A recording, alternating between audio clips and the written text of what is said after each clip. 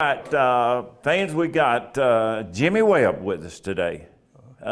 Jimmy is one that started on the Cuba Cubs that won the state championship in 1952. Jimmy, did you realize that was 74 years ago? I sure never thought about that. Way back, way back. Right. Tell us a little bit about that team.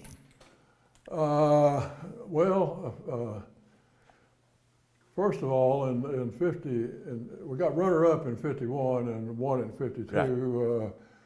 We started out as 8th graders and with the idea in mind that one day we could win the state championship, and Coach Story reinforced that with us quite a bit and reminded us through the years that this is what we could do, one day, and by golly, we did it. 1951 we got runner-up, and Right. 52 we won it. So. Yeah. Who were some of the players on that team with you? Well, even though it's been a long time, and some of those boys you can't forget. I mean, Right. But, we had Doodle Floyd. You might have heard of Doodle. His real name was Charles. Yeah. Charles Doodle Floyd. Howie Crittenden. Joe Warren, Joe Buddy, I think was around Benton here for a while after he got he out of coached at college. Benton for a while. And I'm trying to Raymond McClure, Bill Pollock, Crittenden, Warren, McClure, myself, and we were all, the year we won it, we were all seniors. And in 51, most of them were juniors, and Jimmy Jones was a starter in 51, and he graduated, and then the rest of us were back next year, won the state championship. So. Well, that's your senior year. Were you five just playing most of the time, or did you have some good backup? No, we had 6 men. 6 men. Basically, we had 3 of the boys were underclassmen, and they didn't play a whole lot, but we played with 6 players. Coach Story didn't sub a whole lot, especially not in a state tournament. Right. He had about 6 guys that he depended on, and Played those so 6, yeah. That's who he stuck with. Right. What about the little burg of Cuba during those 2 years? I'm sure there were a lot of people that milked early so they could get to the ball game to see y'all play. That story was told, and I think it was mostly fiction. In 51, we first went to state tournament. One of the farmers there, I think his name was Harry McLean. Harry said, I'm going to stay behind and milk everybody's cows for him while they go to state tournament. But I don't think that really happened. Anyway, so. I've talked to him on the phone. Oh, and we've talked a little bit about this game. Yeah. Y'all were playing in Memorial Coliseum? Yeah. Yeah. Well, what was that like walking into that and playing the first time? Oh goodness, we'd never seen it. The first year we went. Jack took us to the Coliseum, and in the middle of the day, it wasn't anything going on in there. We went in and looked around, and I never seen anything like it in my life. I think it held about 14,000 people, and I know. Doodle said, I do remember that he said, man, this place a whole lot of hay. Big barn. Yeah. So anyway, it was the biggest gym I ever saw in my life. It was something else. Yeah, it beat the gyms we played in around here. And I can't imagine Rupp Arena being bigger. Yeah, that was even bigger, yeah. We played in a lot of those small gyms, and you got into a bigger gym. It was a little bit different atmosphere as far as the crowd's concerned, the floor, the goals, the backdrop, and all that kind of stuff. The whole environment. Yeah. Did y'all play on wood backboards at Cuba? No, my freshman year on up, we had fan-shaped metal boards, and then I don't think we ever got rectangular. I think they were fan-shaped, which I really liked. But were they glass? Did you ever get any? No, they were always metal. The first glass I played on was at Murray State. We played a doubleheader there one night at Murray, and played on glass. But most of them are either wooden or fan-shaped metal or Right, whatever. But, right. Yeah. Probably played with that old clock that went round and round and turned red at the last minute. Yeah, yeah.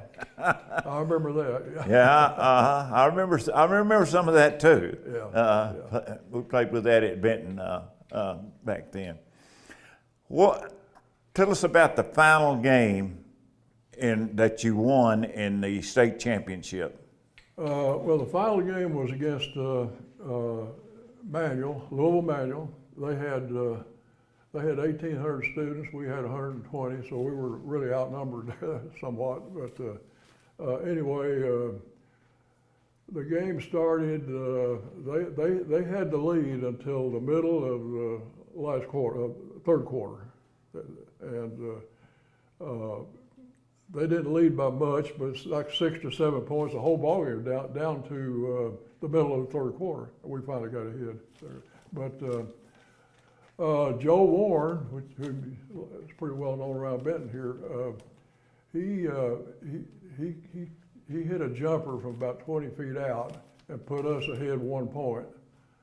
And from that point forward, we were able to hold the lead and finally got about a 6-point lead. And after that, but I gotta say that the rule they had back then, you could the option rule, you could shoot the free throw or you could take it out of bounds. Right. If you had a 2-shot foul, you shot the first one and took that.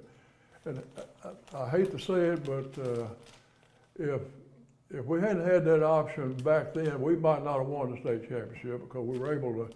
We had one good dribbler, Crittenden, that could handle the basketball, hang on to it, eat up time. We all handled the ball really well, and we were able to keep the lead. We got like 3 or 4 point lead and set on it. And Crittenden would get triple teamed. And if you got 3 men guarding you, 2 men's going to be open. So then he passed on. We finally got about a 6-point lead. And we won by 6. Did you? 58, 52. Yeah. Quite a celebration coming back to Cuba. Oh, Yeah. Well, you had a guy that had the skills of dribbler. Now, you had a windmill hook shot man, didn't you? Yeah. He did have that swinging hook shot. And we played in a sudden death overtime game against in the semifinals against Heinemann. And when what I'm getting around to is Doodle's hook shot, but anyway, at the end of regulation, it's tied up 40-40, and we had a 3-minute overtime coming up.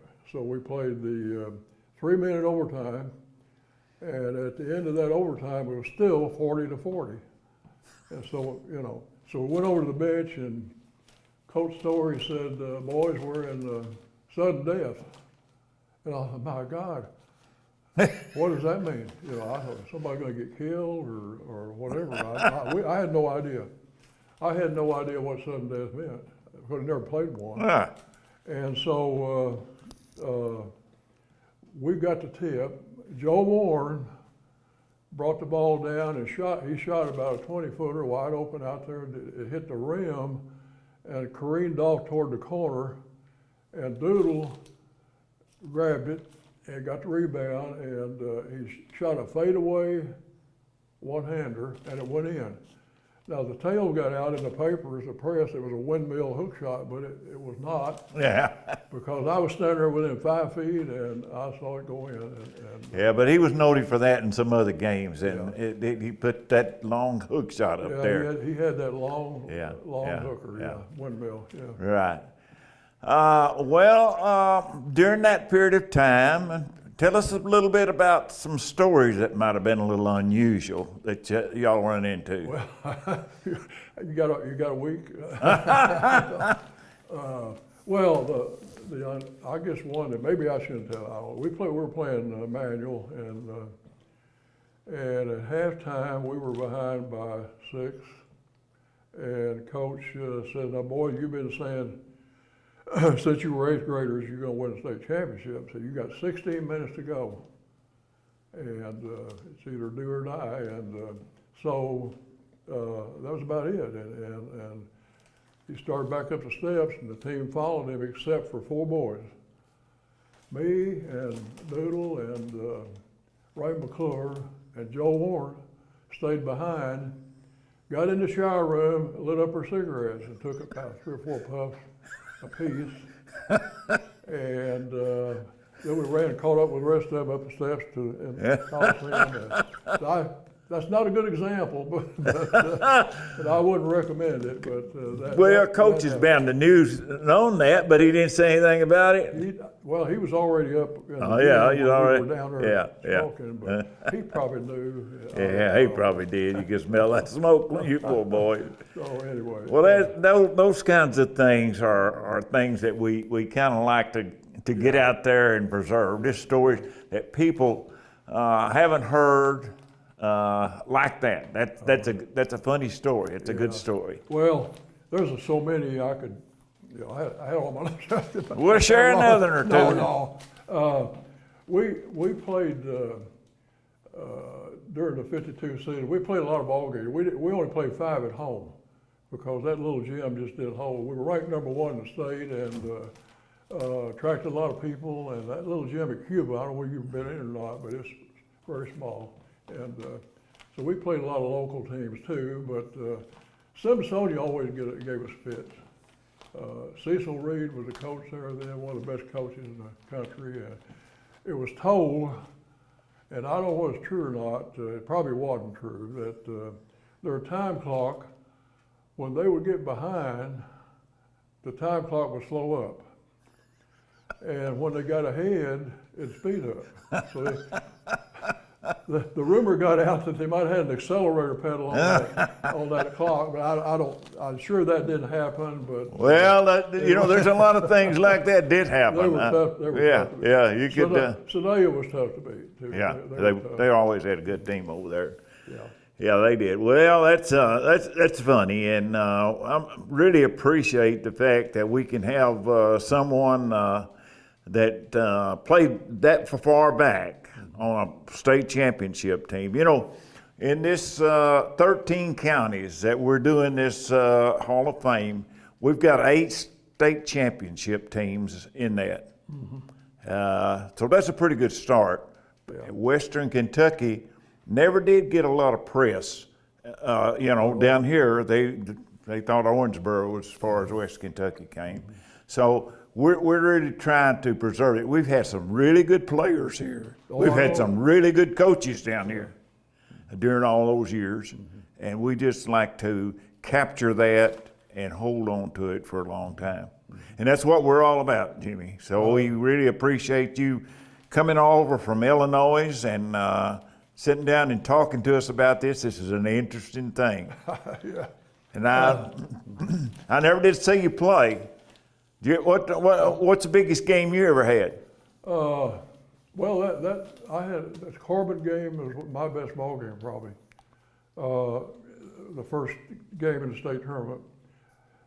I was open in the second quarter. The man that's guarded me sunk in on Doodle, and I was wide open, and I hit about 4 that second quarter. We didn't have 3-pointers then, but if No. we had, it'd been 12 points in the Yeah. That was one of the best games I had, I believe, in the state tournament. In the state tournament. But it's because nobody guarded me. That makes a little difference, don't it? Well, again, Jimmy, we really appreciate you coming down here and being a part of this. Okay, thank you.